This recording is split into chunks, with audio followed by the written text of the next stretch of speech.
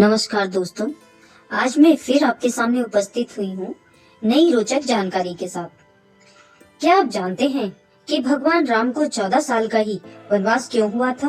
भगवान राम के वनवास की अवधि 11, 12, 13 साल क्यों नहीं हुई? आइए जानते हैं। राजा दशरथ के पुत्र भगवान श्री रामचंद्र जी को 14 साल का वनवास हुआ था। यह बात तो सभी को पता है। जब भगवान राम जी 14 साल का वनवास काटकर अयोध्या लौटे तो उनके आने की खुशी में अयोध्या वासियों ने घी के दिए जलाए थे। उसी दिन से दिवाली का त्योहार मनाया जाता है। लेकिन आपने कभी यह सोचा है कि आखिर भगवान राम जी को 14 साल का वनवास ही क्यों हुआ था? 14 साल से कम का या फिर 11, 12, 13 का क्यों नहीं हुआ था, या फिर 14 साल से अधिक का क्यों नहीं हुआ था?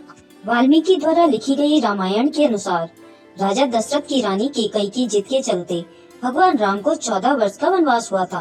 रानी केकई उनकी महल की दासी मंत्रा की बातों में आ गई थी और केकई ने राजा दशरथ से वचन मांगा था कि वह उनके पुत्र भरत को राजगद्दी पर बिठाएं और राम को 14 वर्ष के लिए वनवास भेज दें। राजा दशरथ ये वचन देते वक्त बहुत दुखी थे, लेकिन वह कुछ नहीं कर सकते थे।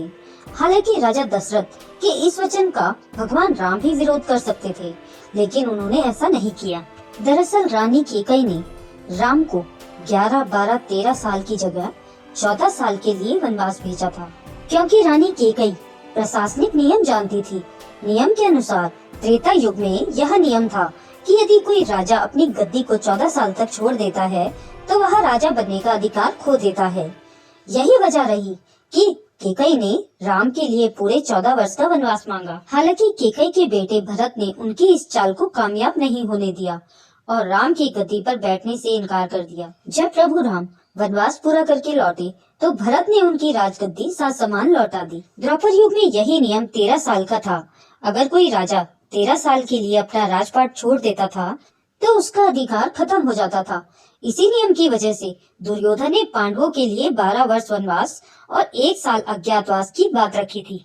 अगर यह जानकारी आपको अच्छी लगी हो तो इसे लाइक करें और शेयर करें। अगर आप मेरे चैनल में नए हैं तो इसे सब्सक्राइब करें।